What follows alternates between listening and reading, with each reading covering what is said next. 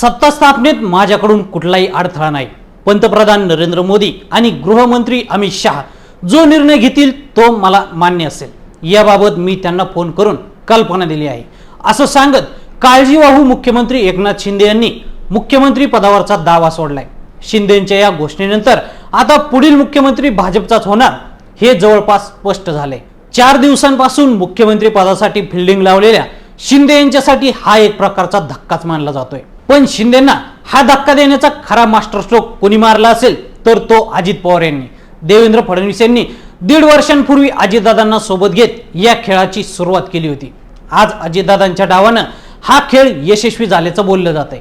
नेमकं अजितदादांनी काय केलं आहे आणि फडणवीस यांची 1.5 वर्षांपूर्वीची खेळी कशी यशस्वी ठरली पाहूयात या व्हिडिओमधून। एकनाथ शिंदे यांनी शिवसेनेत बंडखोरी करून 2.5 वर्षांपूर्वी भाजपसोबत वेगळी वाट धरली होती। त्यामुळेच शिंदे यांना बक्षीस म्हणून मुख्यमंत्री पदाची माळ भाजपच्या केंद्रीय नेतृत्वानं शिंदे यांच्या गळ्यात घातली होती। या संधीचा पुरेपूर फायदा उचलत शिंदे यांनीही घोडदौड करत तब्बल 7,000 शासन निर्णय काढत आणि वेगवेगळ्या समाज घटकांवर परिणाम करणारे निर्णय घेत एक स्वतंत्र पक्ष म्हणून शिवसेनेचे लोकसभेला 7 खासदार तर विधानसभेला तब्बल 57 आमदार निवडून आणले। त्याचबरोबर महायुतीचा लोकप्रिय चेहरा बनण्यामध्ये त्यांनी यश मिळवलंय। मात्र विधानसभा निवडणुकीमध्ये भाजपला तब्बल 132 जागांची लॉटरी लागली। त्यामुळे शिंदे यांना मुख्यमंत्री पदापासून दूर राहावं लागू शकतं असं बोललं जात आहे। मात्र इथंही अजितदादांनी डाव खेळलाय, ज्यामुळे शिंदे यांना मुख्यमंत्री पदावरचा दावा सोडावा लागलाय। निकालानंतर शिंदे यांनी मुख्यमंत्री पदासाठी प्रयत्न सुरू केले, आपल्या चेहऱ्यावर निवडणूक लढवली आणि जिंकली आहे। त्यामुळे आपल्या नेतृत्वावर विश्वास ठेवून जनतेने हे मतदान केलंय। आगामी काळात महापालिका आणि जिल्हा परिषदांच्या निवडणुका होऊ घातल्या आहेत। यात मुंबईसारखी महापालिका देखील आहे। इथंही ठाकरेंना थोपवायचं असल्यास आपल्यालाच मुख्यमंत्री करावं अशा गोष्टी शिंदे यांनी भाजप नेतृत्वाला पटवून देण्यास सुरुवात केली। आपल्या पक्षाच्या नेत्यांना, आमदारांना, खासदारांना माध्यमांसमोर जाऊन शिंदेंचं नाव मुख्यमंत्री पदासाठी चर्चेत राहील आणि भाजपवर दबाव वाढेल याची काळजी घेऊ लागले। शिंदे यांचे हे प्रयत्न पाहून अजित पवार यांनी तातडीनं भाजपला पाठिंबा देऊन टाकला। कोणत्या पक्षाचे किती आमदार निवडून आले, त्यांचं संख्याबळ काय याचा विचार केला जाईल। कार्यकर्त्यांचं म्हणणं काही असलं तरी संख्याबळ गृहीत धरलं जाईल, भाजपचाच मुख्यमंत्री होईल असं सांगितलं।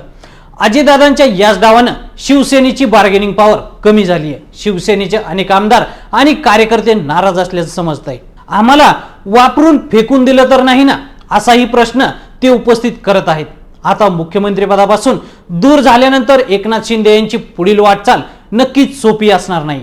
गेल्या 2 ते 2.5 वर्षांमध्ये शिवसेना कोणाची, चिन्ह कोणाचं अशा अनेक बाबींवर मात करता आली। सत्तेचा उपयोग करत शिंदे यांना आव्हानांना तोंड देता आलं। त्याचबरोबर मुख्यमंत्री म्हणून अनेक आमदारांना आणि कार्यकर्त्यांना सत्तेची लालसा दाखवून शिंदेंनी त्यांना जवळ केलं होतं। त्याचा थेट फायदा त्यांना निवडणुकीमध्ये झाला। मात्र मुख्यमंत्री पदापासून दूर झाल्यानंतर किती आमदार आणि कार्यकर्ते सोबत राहतात हे पाहणं औत्सुक्याचं ठरणार आहे।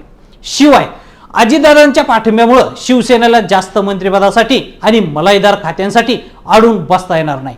अजितदादा अनुभवामुळे क्रमांक 1 चे उपमुख्यमंत्री होऊ शकतात। शिवसेनेच्या पक्षवाढीस मर्यादा येऊ शकतात। अशात भाजपच्या पाठिंब्याशिवाय वाटचाल शक्य नसल्यानं भाजपचाच अंतिम शब्द मानावा लागणार आहे। थोडक्यात 10 वर्षांपूर्वी शरद पवार यांनी भाजपला पाठिंबा दिल्यानं जशी शिवसेनेची अवस्था झाली होती, अगदी तशीच काहीशी अवस्था आता शिंदेच्या शिवसेनेची होण्याची शक्यता आहे। सोबतच अजितदादांची ही दादागिरी वाढलेली पाहायला मिळाली तर आश्चर्य वाटायला नको। तर मंडळी, अजित पवारांनी खेळलेल्या डावाबद्दल तुम्हाला काय वाटतं आम्हाला कमेंट करून नक्की सांगा आणि असेच नवनवीन माहितीपूर्ण व्हिडिओ पाहण्यासाठी लेट्स अप मराठीला फॉलो करा।